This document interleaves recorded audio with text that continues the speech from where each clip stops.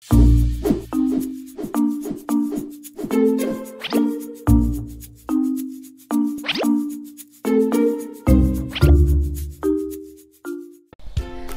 adik-adik, bagaimana kabarnya hari ini?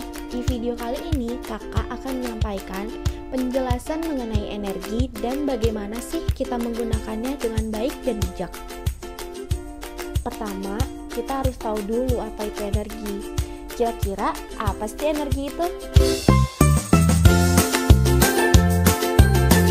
Jadi, energi adalah hal terpenting dalam kehidupan, di mana dalam kehidupan kita perlu energi untuk beraktivitas setiap harinya. Contohnya saja, ketika adik-adik berjalan atau bahkan bersepeda, pastinya perlu energi yang berasal dari makanan. Tapi, tidak hanya adik-adik saja loh, makhluk hidup lainnya juga butuh energi.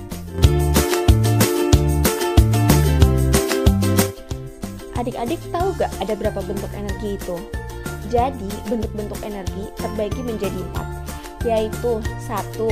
Energi potensial, kedua energi kinetik, ketiga energi kimia, dan yang keempat energi listrik. Yang pertama ada energi potensial. Jadi, energi potensial adalah energi yang dimiliki oleh suatu benda karena posisi atau kedudukannya dan terhubung dengan jenis daya yang bekerja terhadap keadaan fisiknya. Misalnya, adik-adik merenggangkan sebuah karet, maka ada perubahan sifat fisik karena adanya gaya elastis pada karet itu. Yang kedua, ada energi kinetik. Jadi, energi kinetik adalah energi yang dimiliki suatu benda karena pergerakan atau kelajuannya. Energi kinetik merupakan kemampuan agar mampu menggerakkan benda dengan massa tertentu hingga mencapai kecepatan tertentu. Jadi, semakin tinggi kecepatan suatu benda, maka semakin besar juga energi kinetiknya. Contohnya, bila mobil adik-adik melaju dengan kencang, maka energi kinetiknya juga besar.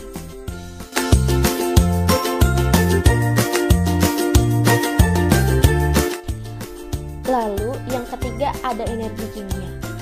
Energi kimia adalah energi yang dihasilkan karena adanya interaksi secara kimia dari reaksi kimia yang terjadi. Contohnya, saat makanan masuk ke dalam tubuh kita, di mana tiap makanan itu memiliki unsur kimia dan nantinya akan ada reaksi kimia yang terjadi agar makanan itu dapat dimanfaatkan oleh tubuh kita.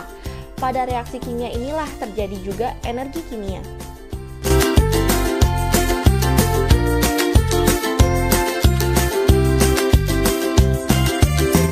Dan yang terakhir ada energi listrik.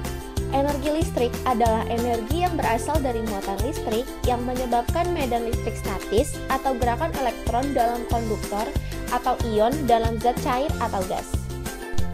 Nah, sekarang adik-adik sudah pada tahu kan apa itu energi dan bentuk-bentuk energi itu?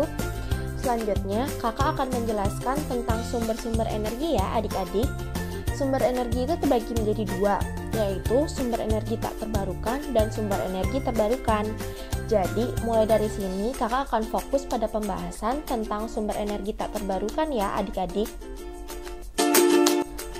Lantas, apa sih pengertian dari sumber energi tak terbarukan itu? Sumber energi tak terbarukan adalah energi yang diperoleh dari sumber daya alam yang waktu pembentukannya sampai jutaan tahun.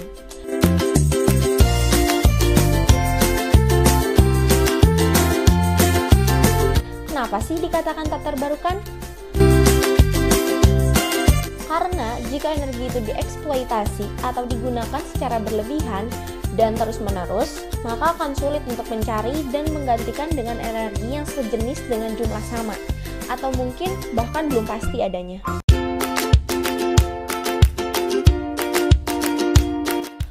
Nah, kita tadi habis membahas tentang sumber energi tak terbarukan. Lalu, ada berapa macam sih sumber energi tak terbarukan itu? Yang pertama, ada minyak bumi. Apa ya minyak bumi itu? Minyak bumi adalah benda cair yang kental, berwarna gelap, yang biasa terdapat jauh di bawah permukaan bumi. Nah, minyak bumi ini berasal dari tumbuhan dan hewan yang telah hidup berjuta-juta tahun lamanya di dalam dan di sekitar lautan. Sumber energi tak terbarukan yang kedua adalah gas alam. Gas alam adalah bahan bakar fosil berbentuk gas. Gas alam ini terkumpul di bawah tanah dengan berbagai macam komposisi yang terdapat di dalam kandungan minyak bumi. Ada banyak sekali loh manfaat dari gas alam ini, seperti untuk bahan bakar untuk kendaraan, sumber pembangkit listrik, sumber energi dalam rumah tangga, gas alam untuk industri, penghasil sumber tenaga uap, pengolahan hasil hutan, dan lain-lain.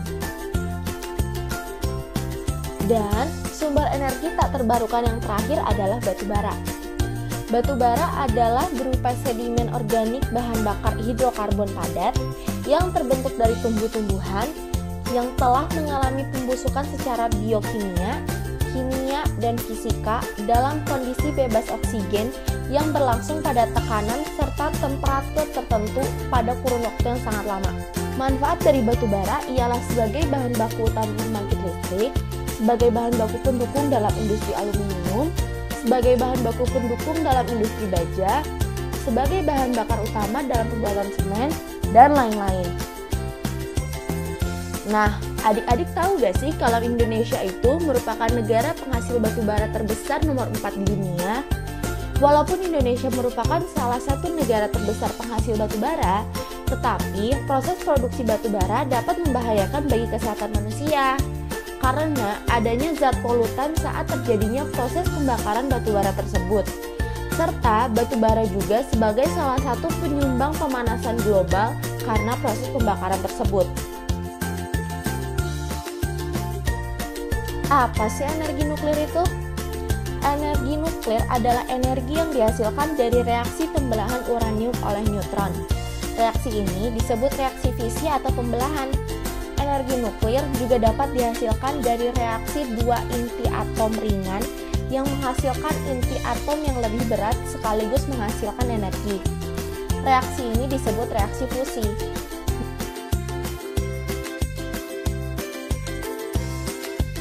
Nah, saat ini energi nuklir dari reaksi fisi ini sudah dimanfaatkan sebagai pembangkit listrik tenaga nuklir loh.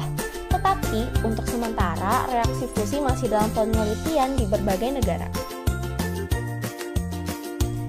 Seperti yang adik-adik ketahui, bahwa Indonesia merupakan negara dengan jumlah penduduk 267 juta jiwa. Penggunaan energi suatu negara berbanding lurus dengan jumlah penduduknya. Pada tahun 2018, Indonesia mengkonsumsi 1,79 juta barrel per hari. Sedangkan konsumsi gas alam Indonesia pada tahun 2018 yaitu 33,5 juta ton. Lalu untuk batu bara, Indonesia mengkonsumsi 115 juta ton selama tahun 2018. Indonesia merupakan negara yang diberkahi akan kaya sumber daya alamnya. Tetapi lama-kelamaan sumber daya alam tersebut juga akan habis. Kita sebagai warga negara yang baik harus menggunakan energi dan sumber daya alam kita dengan bijaksana. Kalau tidak, generasi yang akan datang tidak akan bisa menikmatinya. Menurut hasil perhitungan para ahli, minyak bumi akan habis sekitar 30 tahun lagi. Sedangkan gas alam akan habis sekitar 47 tahun lagi. Dan batu bara akan habis 193 tahun lagi. Wah, ternyata energi ini akan segera habis ya adik-adik. Jadi, bagaimana sih cara kita untuk menghemat energi? Yang pertama, mengganti dengan energi alternatif yang melimpah sumbernya. Contohnya, seperti energi matahari yang digunakan untuk listrik. Yang kedua, mematikan semua peralatan elektronik yang tidak digunakan. Contohnya, ketika siang hari kita harus mematikan lampu. Yang ketiga, menggunakan transportasi umum, seperti menggunakan bus, angkot, kereta, atau ojol. Yang keempat, menggunakan air secukupnya. Contohnya, ketika telah selesai digunakan, keran air langsung dimatikan. Dan yang kelima, mendesain rumah dengan ventilasi dan penerangan alami agar kita tidak membutuhkan penerangan dari lampu ketika siang hari. Sampai di sini dulu ya adik-adik. Tetap patuhi protokol kesehatan, tetap memakai masker, menjaga jarak minimal 1 meter hingga 2 meter, dan tetap mencuci tangan. Sampai jumpa lagi adik-adik.